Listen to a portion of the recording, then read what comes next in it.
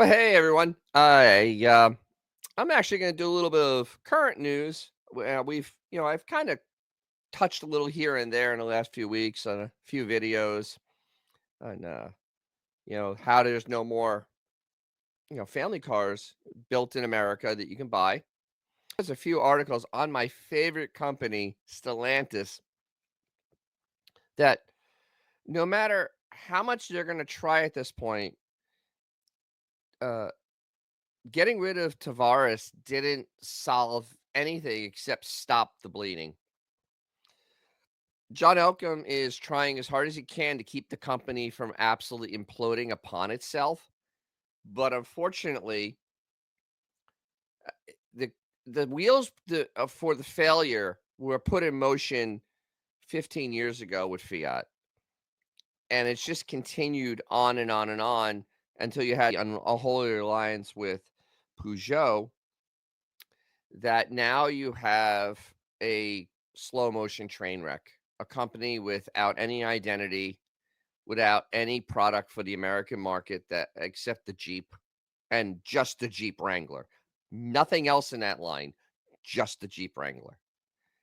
That's how bad and well, not, I can't even see the Ram trucks because the jury is still out on that inline six.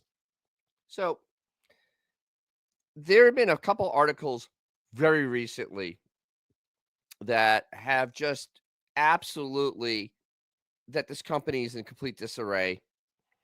And also with the events of January 20th, it's damn recording this. Uh, the going full bore on EV was probably a really, really stupid idea. In fact, it may be a catastrophically unreversible disaster at this point. So let's dive into it and kind of take a look at this mess here. So this is from Jalopnik on January 9th. And it says that Chrysler insists it's still a car company and is totally developing new cars. You just can't see them yet because that's really what they mean. Uh, Currently, the only vehicles Chrysler sells is the Pacifica. It's a pretty good minivan if you ignore the reliability issues, especially since you can't get it as a plug-in hybrid. That's it.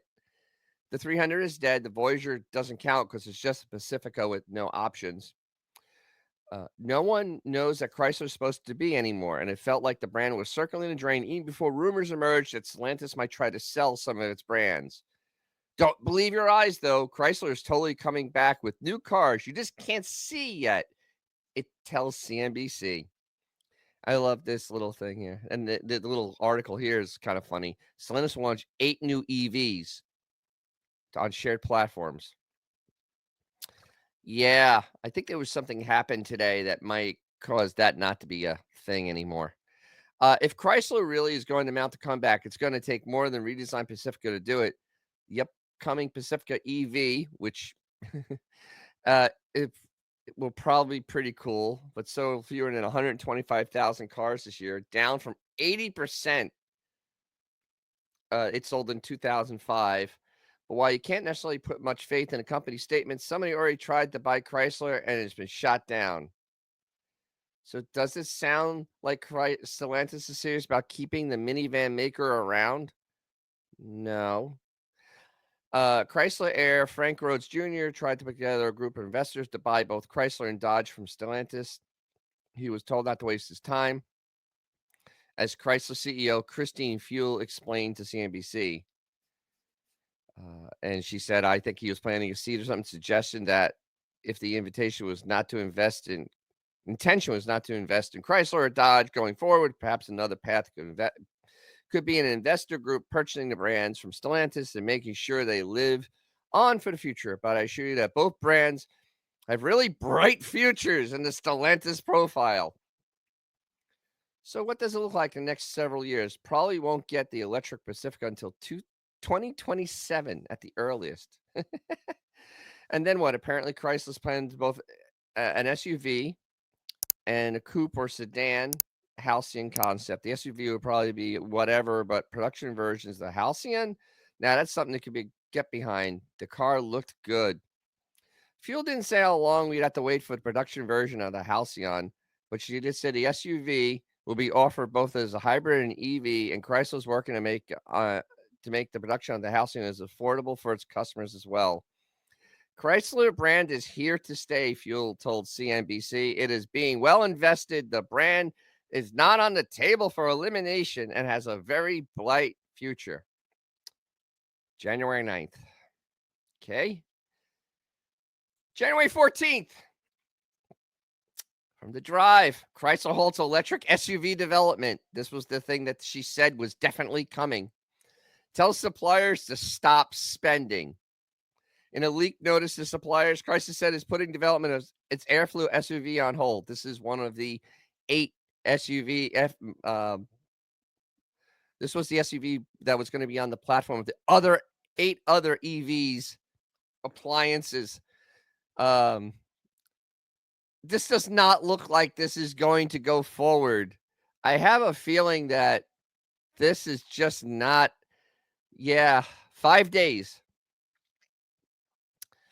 Remember the Chrysler Airflow electric crossover concept from a few years back? That's okay. I forgot too. It's a bummer that Chrysler's been so quiet about the Airflow because it could have acted as the brand's EV flagship during the transition from aging minivan maker to more aspirational brands. Unfortunately, things are looking even worse for the stylish concept today. First reported by Mopar insiders, Chrysler has now confirmed the drive that the Airflow has been shelved for the time being. Remember Chris Fuel? Oh, yeah. Chrysler brand CEO Chris Fuel confirmed the program is paused now as we assess the market and our customers' needs and wants. A brand representative told the drive late Monday. She added that as the Chrysler brand celebrates its 100th anniversary this summer, the future of Chrysler is bright. We refreshed Chrysler Pacifica coming in late 2026 is a 27. A new crossover coming soon after that, which will be 2027, which is 2 years from now. And a third product inspired by the Halcyon concept to follow 3 to 4 years from now. This is the first setback for the Airflow. In 2023, Stellantis design boss Ralph Gills told Motor Trend that the project had been restarted from a blank slate as Fuel wanted to go in a different direction. She wanted a statement that had literally zero to do with anything you had seen today, even the Airflow concept cars. So, as a side note, now we know why Fuel is no longer the head of Ram. She was the head of Ram also at the and Chrysler. They gave her both. Now I see why Elkim came in and went, yeah, hey, that guy that was running Dodge, let's put him in charge of Ram. He seems to know what he's talking about.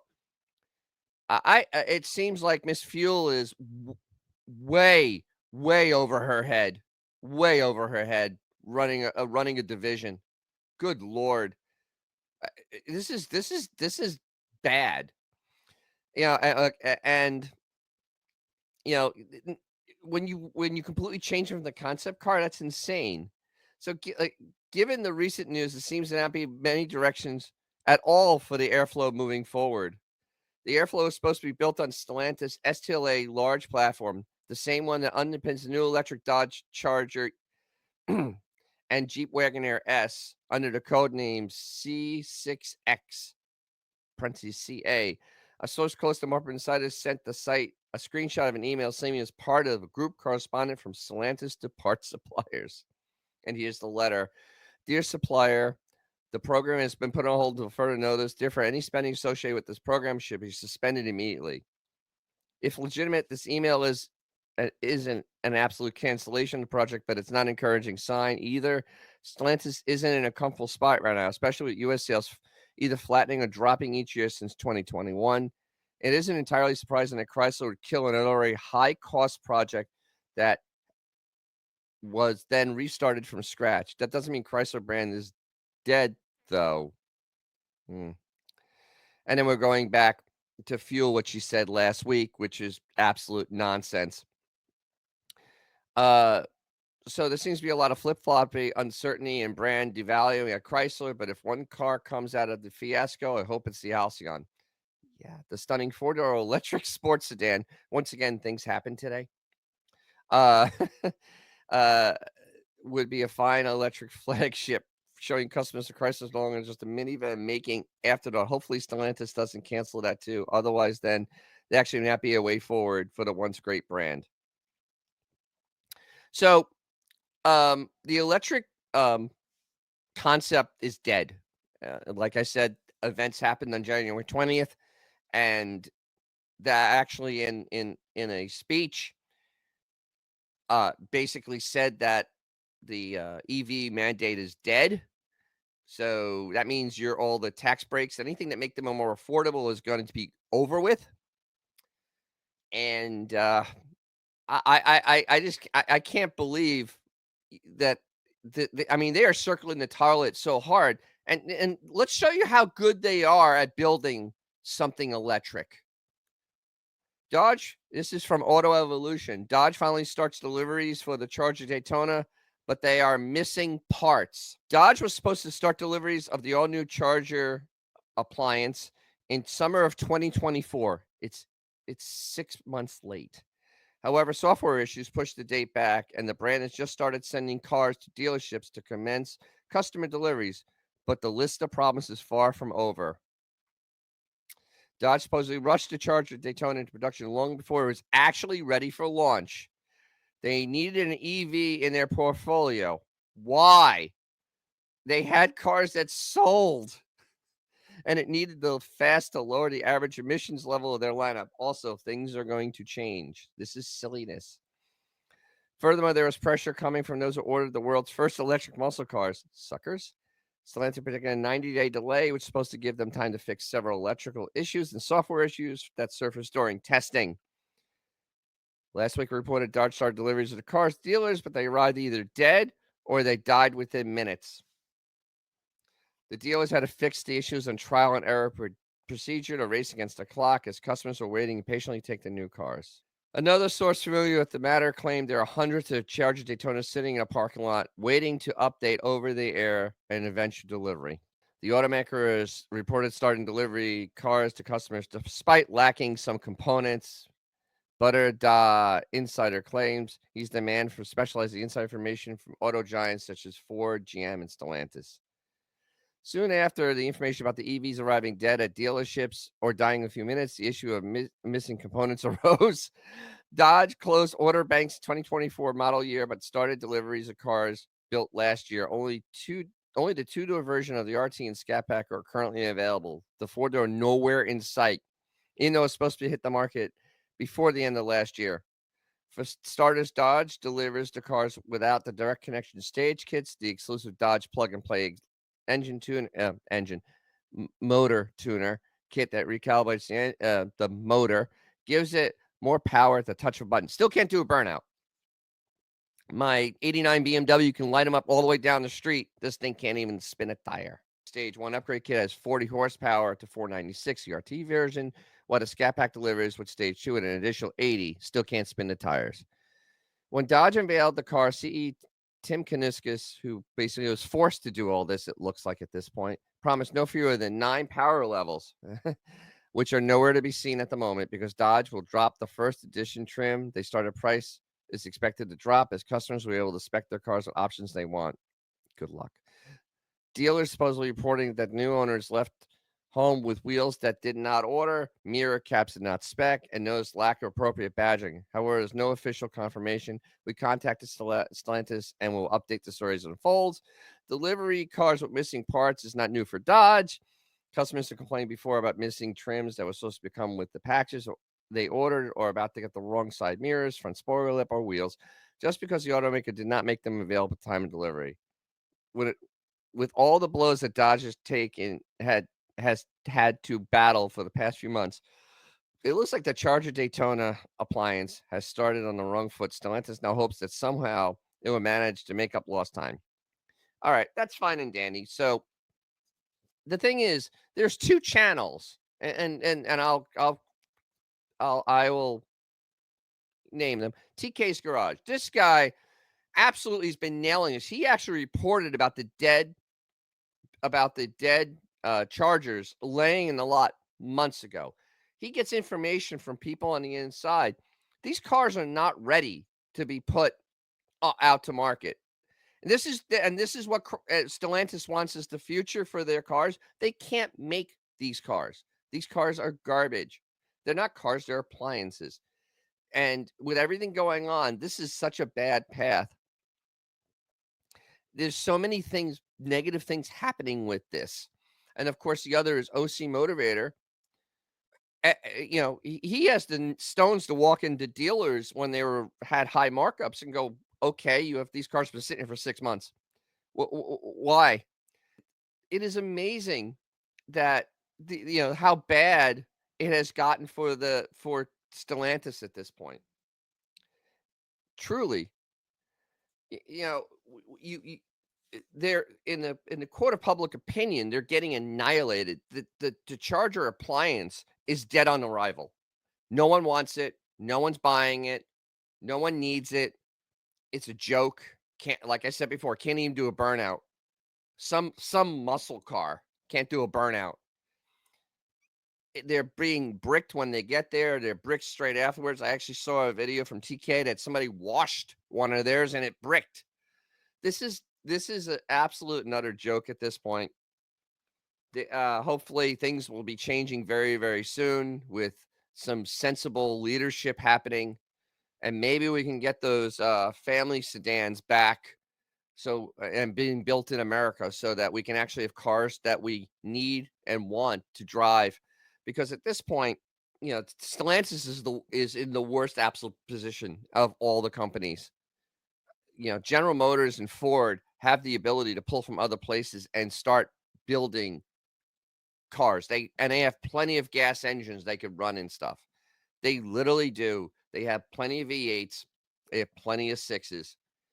They can make a lot of different cars. Stellantis at this point has no platforms. They have absolutely no engines. They have just nothing. Nothing in the pipeline. And 3-4 years from now is not soon enough for Chrysler. Chrysler has nothing but minivans, and minivans are a dying breed at this point. So I am absolutely flabbergasted how, just firing Tavares isn't going to solve anything at this point. Elkham has his hands full because he's trying to save Maserati from basically falling off a cliff. I mean, that is a flaming dumpster fire. It makes Chrysler look good. It's such a bad disaster. They are so poorly positioned at this point to be able to function. I don't know why they didn't take up the deal and just sell it to Rhodes' group, because they don't know what they're doing. And I I hate to think how much they spent on the Charger appliance. I mean, what, 60 million, 70 million? Seriously, how much development's expensive. 100 million for an appliance that just has no purpose. And it's not built well to start with.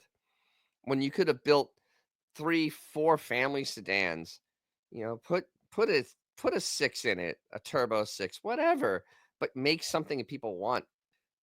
We'll see, because things are going to change very, very, I have a feeling, very, very rapidly this year, and they're just stuck on the wrong side. It is not a good thing. So those are my thoughts. Of course, I'd love to hear yours. Always, always love your comments. If you got something from this, or you like stuff about cars, you like it, you can subscribe, share it. Uh, I just, I like talking about old cars, but we got to talk about the new stuff, because we all need to use cars. We need to get from A to B. You can't drive your 60-year-old car everywhere. It's kind of hard, especially since you can't fix it, because parts are hard to find. So, there's that. And thanks again. And if you have a cool old car or something fun to drive, make sure you take it out. You'll make someone's day, maybe even your own. And I'll catch you soon.